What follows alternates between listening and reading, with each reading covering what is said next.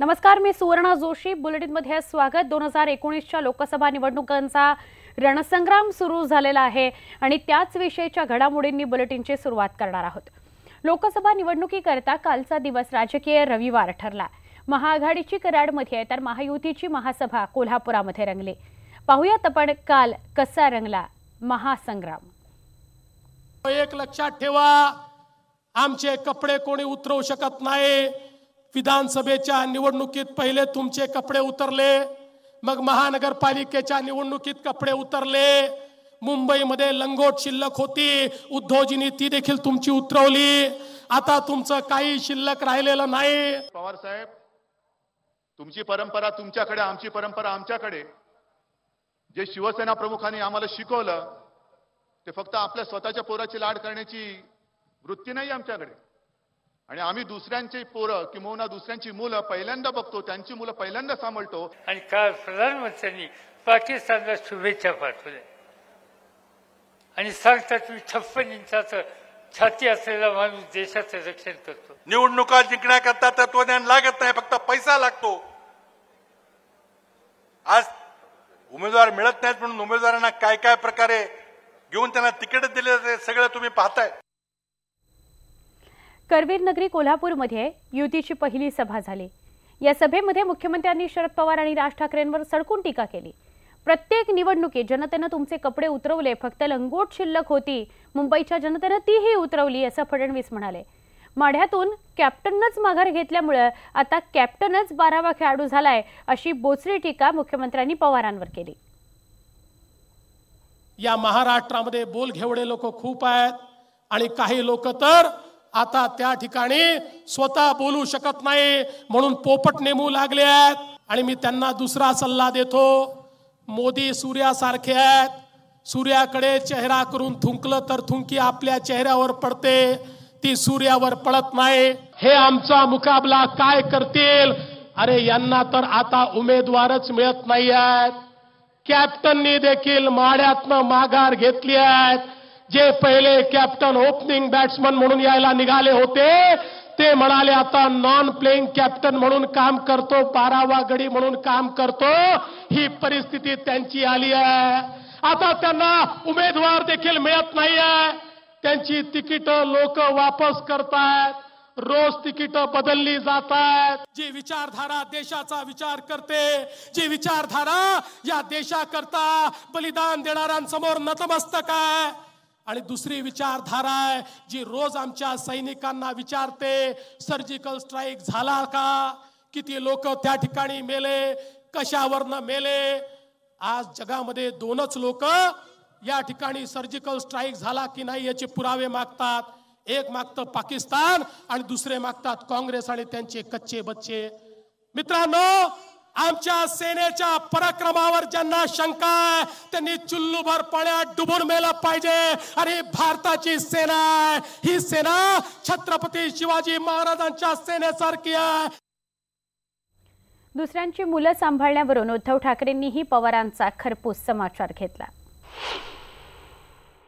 शरद पवार जे बोलले होते की दुसऱ्यांच्या पोरांचे लाड मी का करू, आणि मी तेव्हा सांगितलं की पवार साहेब, तुमची परंपरा तुमच्याकडे, आमची परंपरा आमच्याकडे. जे शिवसेना प्रमुखांनी आम्हाला शिकवलं ते फक्त आपल्या स्वतःच्या पोराची लाड करण्याची वृत्ती नाही आमच्याकडे. आणि आम्ही दुसऱ्यांची पोरं किंवा दुसऱ्यांची मुलं पहिल्यांदा बघतो, त्यांची मुलं पहिल्यांदा सांभाळतो. म्हणून कुठेही गेलं तरी हा जनसागर आमच्यासाठी कधीही हाक मारा हा उसळलेलाच असतो. हा जनसागर आहे. कोल्हापूरमध्ये झालेल्या युतीच्या सभेत आठवलेंनी त्यांच्या खास शैलीमध्ये एक कविताही ऐकवली. आता भाजप आणि शिवसेनेचा जमलेला हे सूर, तर भाजप आणि शिवसेनेचा जमलेला आहे सूर, म्हणून आज माझं भरून आलेलं आहे ऊर.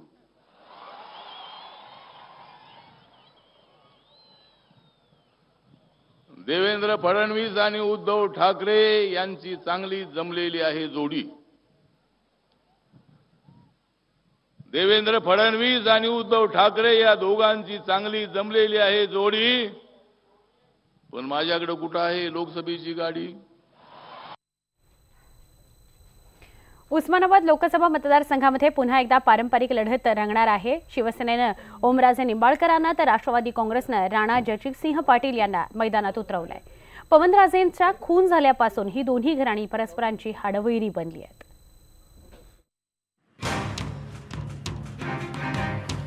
उस्मानाबादमधील पवनराजे आणि पद्मसिंह पाटील हे दोन्ही भाऊ खरं तर एकाच कुटुंबातले। पद्मसिंह पाटलांनी मंत्रिपद सांभाळायचं आणि पवनराजेंनी जिल्हा सांभाळायचा अशी कधी कालची राजकीय वाटणी झालेली, पण या दोन भावांमध्येच बिनसलं आणि दोघांच्या वाटा वेगवेगळ्या झाल्या। अशातच पवनराजेंचा खून झाला आणि या दोन घराण्यात कायमचं वितुष्ट आलं। त्यामुळे प्रत्येक निवडणुकीत ही दोन्ही घराणी आमने सामने येतातच। आताही नेमकं तेच झालंय। यावेळी शिवसेनेनं रवी गायकवाडांचं तिकीट कापून ओमराजेंना निवडणुकीच्या रिंगणात उतरवलंय। झुंडशाहीचं आणि गुंडशाहीचं राजकारण या जिल्ह्यातून हद्दपार करण्यासाठी आदरणीय उद्धवजी ठाकरे साहेबांनी जे आशीर्वाद त्या ठिकाणी माझ्या पाठीशी दिलेत ते पूर्णपणे सार्थ करून, त्याचबरोबर आमचा मित्रपक्ष भारतीय जनता पार्टीचे सन्माननीय नरेंद्रजी मोदी, अमितजी शाह आणि महाराष्ट्र राज्याचे लाडके मुख्यमंत्री सन्माननीय देवेंद्रजी फडणवीस साहेब यांच्या मार्गदर्शनाखाली निश्चितपणे ह्या जिल्ह्याची मागास जिल्हा म्हणून जी ओळख आहे ते पुसण्याचं काम प्रामाणिकपणे माझ्या परिणामी करत राहील। शिवसेनेनं ओमराजेंना उमेदवारी जाहीर करताच पवारांनीही त्यांचे कट्टर विरोधक राणा जगजितसिंह पाटील यांनाच मैदानात उतरवलंय। यावेळीही आपण विरोधकांना धूळ चारणार असं ते म्हणतायत। भाजप शिवसेनेने न्याय दिलेला नाहीये आणि निश्चितपणे राष्ट्रवादी काँग्रेस पार्टी आणि काँग्रेस पार्टी हे आपल्याला या सर्व बाबतीत न्याय देतात। आपला पूर्व अनुभव आहे आणि याच पद्धतीने पुढेही देतील। त्यामुळे खंबीर साथ काँग्रेस राष्ट्रवादी काँग्रेसची आपण करावी अशी आग्रहाची भूमिका घेऊन जनतेमध्ये आम्ही जाणार आहोत। पवनराजेंच्या खुनानंतर सहानुभूतीच्या लाटेवर स्वार होत ओमराजेंनी 2009च्या विधानसभा निवडणुकीत राणा जगजितसिंहांचा पराभव केला होता। त्याचं उत्तर राणा जगजितसिंहांनी 2014च्या विधानसभा निवडणुकीत काढलं होतं। विधानसभेतली हीच पारंपरिक लढत आता लोकसभेच्या मैदानात रंगणार आहे। पाहुयात यावेळी सेनेचा वाघ जिंकतोय की राष्ट्रवादीचा सिंह बाजी मारतोय। ब्युरो रिपोर्टसह बालाजी निरफळ, न्यूज 18 लोकमत, उस्मानाबाद। उस्मानाबादमध्ये ही पारंपरिक लढत कशी होईल याकडे सगळ्यांचं लक्ष आहे। तर सोलापुरामध्ये यावेळी तिरंगी लढत रंगण्याची शक्यता आहे। त्यामुळे सुशीलकुमार शिंदे यांची चांगलीच दमछाक होऊ शकते। सोलापुरात माजी केंद्रीय गृहमंत्री सुशीलकुमार शिंदे 2014च्या पराभवाचा वचपा काढण्यासाठी सज्ज झालेत। शिंदेंचं संपूर्ण कुटुंब प्रचारात उतरले। सोलापूर हे दलित चळवळीचं मोठं केंद्र आहे। त्याचबरोबर मुस्लिम मतदारांची संख्या ही मोठी आहे। त्यामुळे काँग्रेसचा परंपरागत मतदार म्हणून त्याकडे पाहिलं जातं। त्यांच्या विरुद्ध भाजपनं विद्यमान खासदार शरद बनसोडे यांचा पत्ता कट करून लिंगायत धर्मगुरू डॉक्टर जय सिद्धेश्वर महास्वामींना उमेदवारी जाहीर केली आहे। तिसरीकडे प्रकाश आंबेडकर देखील सोलापूरच्या रिंगणात उतरणार असल्याचं स्पष्ट झालंय। त्यामुळे सुशील कुमारांचा यंदाचा लोकसभेचा पेपर कठीण आहे। ही बी टीम बीजेपीची आहे हे लोकांना कळल्यामुळे परवा त्यांची अकोल्यातली जी जाहीर सभा आहे ती फेल्लीवर गेली। प्रकाश आंबेडकरांवर भाजपची बी टीम असल्याचा आरोप होतोय, पण सुजात आंबेडकरांनी हे आरोप साफ फेटाळून लावले। आता हे निश्चित आहे की काँग्रेस किंवा भाजप असो कोणालाही बाळासाहेब इकडे उभं राहायला नको आहेत, कारण त्यांची सीट सरळ कापली जाणार आहे। पण आता उलट सरलट चर्चा हे करत राहणार आहेत आणि हा त्यांचा अपप्रचाराचा सगळ्यात मोठा माध्यम आहेच। सोलापूरच्या आखाड्यात धर्मगुरू उतरल्यानं निवडणुकीची रंगत कमालीची वाढली आहे। धर्म आणि तंड हे एक नाण्याचे दोन पैलू असल्या कारणाने एकामेकाला जोडल्या कारणाने एकामेकाला ते विभक्त कधीही सुद्धा कोणी करू शकत नाही। सोलापूर लोकसभा मतदारसंघात लिंगायत समाजासोबतच मुस्लिम आणि दलित मतदारांची संख्या निर्णायक आहे। सुशीलकुमार शिंदे हे दलित समाजाचं नेतृत्व करतात असं चित्र आहे, पण प्रकाश आंबेडकरांच्या उमेदवारीनं त्यांच्या समोरचं आव्हान वाढलंय।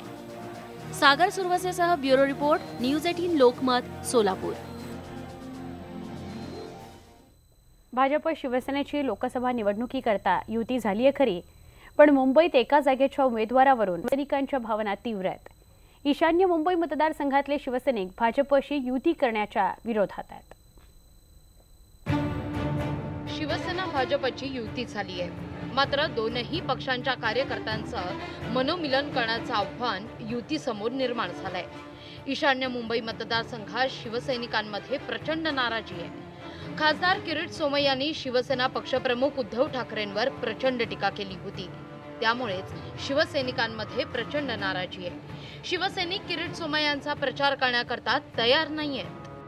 पुढच्या काळामध्ये त्यांच्याबद्दल नाराजीच आहे लोकांची मराठी माणसांची आणि शिवसैनिकांची पण आहेच नाराजी. किरीट सोमय्या उमेदवार असले तर तुमची भूमिका काय राहणार? स्थानिक शिवसैनिक म्हणून सगळ्यांची नाराजीच आहे. किरीट सोमय्यांना उमेदवारी जाहीर झालेली नसली तरी प्रचार सुरू केलाय. मॉर्निंग वॉक करणाऱ्यांना ते भेटतायत तर कधी रेल्वे प्रवाशांची भेट घेतायत. भाजपच्या पहिल्या यादीत मुंबईतल्या फक्त ईशान्य मुंबईच्या उमेदवाराची घोषणा झालेली नाहीये. त्यामुळे भाजपनं शिवसेनेसमोर नमतं घेतलंय की काय या चर्चेला मात्र उधाण आलंय. त्यातच काँग्रेसमधून भाजपमध्ये प्रवीण छेडा यांची घरवापसी झाली आहे. त्यामुळे छेडा सोमय्यांना पर्याय आहेत का याचीही चर्चा सुरू झाली आहे. छेडा यांनी देखील पक्ष देईल ती जबाबदारी आपण पार पाडण्यास तयार असल्याचं म्हटलंय. लोकसभेची जर उमेदवारी दिली तर तयार आहात? सांगू शकत नाही. पक्ष जे जबाबदारी देणार तुम्ही तयार आहात? मी काय म्हणतो, पक्ष भारतीय जनता पक्षाने सांगितलं ही खुर्ची इकडून इथे ठेवू तर आम्ही ते तयार करायला एक छोटासा कार्यकर्ता म्हणून मी तयार राहणार. भाजपचे मुंबई महानगरपालिकेतील गटनेते मनोज कोटक यांच्या नावाची देखील चर्चा राजकीय वर्तुळात सुरू झाली आहे. उमेदवारीची माळ कोणाच्या गळ्यात पडते याची उत्सुकता मात्र निर्माण झाली आहे. व्हिडिओ जर्नलिस्ट बाळकृष्ण शेट्टी आणि संदीप पवारसह विवेक कुलकर्णी, न्यूज 18 लोकमत, मुंबई. उत्तर पूर्व मुंबई वगळता युतीमधील सगळ्या जागांचे उमेदवार जाहीर करण्यात आले. सोमय्या यांच्यावर शिवसैनिकांची नाराजी असल्यामुळेच उमेदवारी जाहीर करायला उशीर होत असल्याच्या चर्चा आहेत. या संदर्भात आमचे प्रतिनिधी अक्षय कुडकेलवार यांनी राहुल शेवाळे यांच्याशी संवाद साधला. राहुलजी, थेट प्रश्न विचारतो. गेल्या महानगरपालिका निवडणुकीच्या वेळी किरीट सोमय्या यांनी शिवसेनेवर बोचरी टीका केली होती. यात तुमच्यावर देखील टीका केली होती. आणि आज जर आपण बघितलं, मुंबईतल्या सगळ्या जागा जाहीर झाल्या आहे, फक्त किरीट सोमय्यांची नाही. कुठेतरी जी नाराजी शिवसैनिकांनी उद्धव ठाकरेंकडे आणि उद्धव ठाकरेंनी मुख्यमंत्र्यांकडे व्यक्त केली, याचाच परिणाम किरीट सोमय्याला आजपर्यंत सीट नाही मिळाली. नाही, किरीट सोमय्यांच्या बाबतीत जो काही निर्णय घ्यायचा आहे तो भारतीय जनता पार्टीचे राष्ट्रीय अध्यक्ष असतील, माननीय मुख्यमंत्री या संदर्भातला निर्णय घेतील. शिवसेनेची भूमिका शिवसेना पक्षप्रमुख उद्धवजी त्या वरिष्ठ नेत्यांच्या समोर ठेवतील. पण शिवसैनिकांची जी भूमिका आहे ती त्यांनी या बैठकीच्या दरम्यान शिवसेना पक्षप्रमुख उद्धवजींच्या समोर ठेवलेली आहे. त्यामुळे आता अंतिम निर्णय हा राष्ट्रीय अध्यक्ष आणि तो त्यांचा व्यक्तिगत निर्णय आहे. भारतीय जनता पार्टीच्या युतीमध्ये त्यांच्याकडे ती सीट आहे आणि तो निर्णय घेतील. परंतु एकंदरीत एक शिवसैनिक म्हणून, खासदार म्हणून युतीचा धर्म पाळण्यासाठी किरीट सोमय्यांना जागा मिळाली, सीट मिळाली तर त्यांचा प्रचार करणं ही नाईलाज असेल. नाही, माझा प्रचार करण्याचा प्रश्न नाही, कारण मी दक्षिण मध्य लोकसभा मतदारसंघ पण एकत्रित 6 उमेदवार सोबत उमेदवार आहे. त्यामुळे त्या दक्षिण मध्य लोकसभा संदर्भात मी माझी भूमिका स्पष्ट करू शकतो. आणि शेवटी हे युतीचं प्रचाराची दूर आहे आणि ह्या संदर्भात आपण वरिष्ठ नेता आहेत ते या संदर्भातली भूमिका स्पष्ट करू शकतो. उद्धव ठाकरे यांच्याकडे ही मागणी करण्यात आली नाही का? आणि उद्धव ठाकरेंनी मुख्यमंत्र्यांना सांगितलं नाही की त्यांना जागा देऊ नये, शिवसैनिक काम करणार नाही. मागणी करत नाही, शिवसैनिक भूमिका स्पष्ट करतात. शिवसैनिकांनी नाराजगी शिवसेना पक्षप्रमुख उद्धवजींकडे व्यक्त केलेली आहे. परंतु हा निर्णय आता शिवसेना पक्षप्रमुख उद्धवजी, राष्ट्रीय अध्यक्ष आणि माननीय मुख्यमंत्री घेतील. तर एकंदरीत किरीट सोमय्या यांच्या संदर्भात जी नाराजी आहे ती राहुल शेवाळे सुद्धा स्पष्ट व्यक्त करतायत. मात्र जर एकदा शिवसेनेचे पक्षप्रमुख उद्धव ठाकरे आणि मुख्यमंत्री देवेंद्र फडणवीस यांनी जर भूमिका घेतली तर या सगळ्या संदर्भात आम्हाला त्यांचे आदेश पाळावे लागतील अशा प्रकारचं देखील त्यांनी स्पष्ट केलं. मात्र कुठतरी शिवसैनिकांचा असलेला टोकाचा विरोध हेच किरीट सोमय्या यांची उमेदवारी उशिरा जाहीर होण्यासाठी कारणीभूत ठरतोय असंच चित्र आहे. व्हिडिओ जर्नलिस्ट संदीप मोरेसह अक्षय कुडकेलवार, न्यूज 18 लोकमत, मुंबई. काँग्रेसचे मुंबई अध्यक्ष संजय निरुपम यांनी वादग्रस्त वक्तव्य केलेलं आहे. काँग्रेसचे नेते एकनाथ गायकवाड यांच्याकडे खूप पैसा आहे, गायकवाडांनी निवडणुकीमध्ये कार्यकर्त्यांना पैसे वाटावेत असं वक्तव्य संजय निरुपम यांनी केले. निवडणुकीमध्ये पैसे वाटण्याचं निरुपमांचं हे वक्तव्य अत्यंत वादग्रस्त असं वक्तव्य समोर आलेलं आहे. इनका भी 28-29 तारीख से कैंपेन शुरू होने जा रहा है. जबरदस्त कैंपेन करेंगे, खूब सारा पैसा उठाएंगे. इतना पैसा तो हमारे पास नहीं है. गायकवाड़ साहब के पास थोड़ा बहुत है ज्यादा, वो तो संभालेंगे. ठीक है ना, चले ना, जरा सब सरोकार करता जैसा ठार करा आपण सर्वांना एक पैसे द्या जंगला जास्ती नाही मला तो चाहिए देना चाहिए। भिवंडी लोकसभेसाठी काँग्रेसने सुरेश टावरे यांना उमेदवारी जाहीर केली आहे। त्यामुळे कुणबी सेना प्रमुख आणि अखिल भारतीय काँग्रेस कमिटीचे सदस्य विश्वनाथ पाटील यांनी बंडाचं निशाण फडकावलंय। तर बंड करत असतानाच विश्वनाथ पाटील यांनी सुरेश टावरेंवर गद्दार असल्याची टीकाही केली। विश्वनाथ पाटील हे पूर्वाश्रमीचे RSS मध्ये असल्याने भाजपने हे पिल्लू सोडल्याचा टीकेचा पलटवार सुरेश टावरे यांनी केलाय। त्यामुळे आता भिवंडीमध्ये काँग्रेसमध्ये आपापसातील वाद चव्हाट्यावर येण्याची चिन्ह आहेत। कल्याण लोकसभा मतदारसंघात आता नावाचा मुद्दा समोर येणार आहे आणि तो म्हणजे आयात उमेदवाराचा। आघाडी आणि युतीचे असे दोन्ही बाजूचे उमेदवार हे ठाण्याहून आयात केल्याचं डोंबिवलीकरांचं म्हणणं आहे। मनसेने लोकसभेतून माघार घेतल्याने कल्याण मतदारसंघात आघाडी आणि युतीचा थेटच सामना रंगणार आहे। युतीतर्फे डॉक्टर श्रीकांत शिंदे तर आघाडीतर्फे बाबाजी पाटील मैदानात उतरले, पण हे दोन्हीही उमेदवार ठाण्याहून आयात केल्याचा आरोप मनसेच्या डोंबिवली शहर अध्यक्षांनी केला। अशा डोंबिवली शहराला दरवेळेला आयात उमेदवार घ्यावा लागतो। कालच उद्धव साहेबांनी सांगितलं की मी दुसऱ्यांच्या मुलाचे सुद्धा लाड करतो, मग दुसऱ्यांची मुलं ही डोंबिवलीतून दिसत नाही का? फक्त ठाण्याचीच दुसऱ्यांची मुलं यांना दिसतात का, असा आमचा प्रश्न आहे। जर स्थानिकाला दिलं असतं तर ज्या काही दुर्घटना डोंबिवलीत होत आहेत, आज जे रेल्वेचे प्रश्न आहेत, वाहतुकीचे प्रश्न आहेत, हे त्यांना समजले असते, परंतु बाहेरचा उमेदवार दिल्यामुळे आज हे जे प्रश्नातून डोंबिवलीकर जातोय, आज काय विकास नाहीच आहे म्हणायच्या बरोबरीच आहे। जर डोंबिवलीचा उमेदवार स्थानिक उमेदवार दिला असता तर डोंबिवलीकरांना या प्रश्नातून मुक्तता मिळाली असती। दरम्यान राष्ट्रवादीचे उमेदवार बाबाजी पाटील यांनी मात्र आपण मतदारसंघात राहत असल्याचा दावा केला।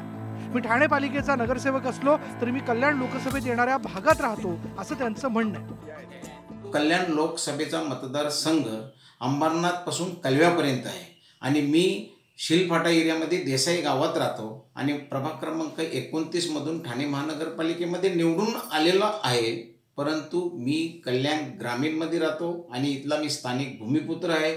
मी स्वतः सरस्वती विद्यामंदिर पडले शाळेमध्ये शिकलेला आहे आणि आमचे वडील शेतकरी आहेत। देसाई सेवा सहकारी सोसायटीचा मी चेअरमन सुद्धा आहे। विद्यमान खासदार डॉक्टर श्रीकांत शिंदे यांना मात्र हा आयात उमेदवारीचा मुद्दा गौण वाटतोय। मी मतदारांच्या सेवेसाठी 24 तास मतदारसंघात उपलब्ध असल्याचं त्यांनी म्हटलंय। मला वाटत नाही की स्थानिक मुद्दा या निवडणुकीमध्ये कुठेही चर्चेचा विषय ठरेल, कारण की गेले 5 वर्ष लोकांमध्ये राहून लोकांसाठी काम करणारा खासदार डॉक्टर श्रीकांत शिंदे म्हणून लोकांनी पाहिलेलं आहे आणि ह्याच जोरावरती आणि लोकांची अवेलेबिलिटी, जर लोकांना तुम्ही 24 तास अवेलेबल असाल तर तिथे कुठेही स्थानिक मुद्दा असा येत नाही। कल्याण मतदारसंघात डोंबिवली शहर आणि ठाणे जिल्ह्याचा बराचसा ग्रामीण भाग समाविष्ट आहे, पण आजवरचा इतिहास पाहिला तर इथून बहुतांश ठाणे शहरातले उमेदवारच निवडून गेल्याचं चित्र बघायला मिळतं। म्हणून आता डोंबिवलीकरांकडून स्थानिक उमेदवार देण्याची मागणी पुढे रेटली जाते, पण आघाडी आणि युतीचे दोन्ही उमेदवार जाहीर झाले असल्याने डोंबिवलीकरांच्या मागणीची कितपत दखल घेतली जाणार हा प्रश्नच आहे। प्रदीप भणगे, न्यूज 18 लोकमत, डोंबिवली। कराडमध्ये महाआघाडीची सभा झाली, त्यात एक भन्नाट किस्सा झाला। उदयनराजेंचं भाषण संपल्यावर भरपूर टाळ्या पडल्या। राजे जसे पवारांच्या शेजारी येऊन बसले तेव्हा पवारांनी त्यांच्या पाठीवर थाप दिली आणि चक्क उदयनराजेंच्या कॉलरला स्पर्श केला आणि बघता तर काय, राजे चक्क लाजले। हे पाहून प्रेक्षकांकडून सुद्धा टाळ्यांचा प्रचंड कडकडाट झाला। बघा पुन्हा एकदा। महाराष्ट्र राज्य राष्ट्रवादी काँग्रेस पार्टीचे अध्यक्ष आदरणीय आमदार जयंतजी पाटील साहेब। एक सांगतो, त्यावेळेसपासून आजपर्यंत कधी अन्याय कोणावरती झालेला मी सहन केला नाही। त्यावेळेस केला नाही, आज नाही, भविष्य काळात करून देणार नाही। एक मन है, एक बार जो मैंने कमिटमेंट कर दी तो मैं अपनी खुद की भी नहीं सुनता। Style style. सगळ्या उपस्थितांची मन जिंकून घेतली या सगळ्या किस्स्याने किंवा जो काही प्रकार घडला त्यानं अर्थातच एकच मोठा टाळ्यांचा कडकडाट झाला। आपण या दृश्यांसह या बुलेटिनमध्ये आता इथेच थांबणार आहोत। पहा फक्त न्यूज 18 लोकमत।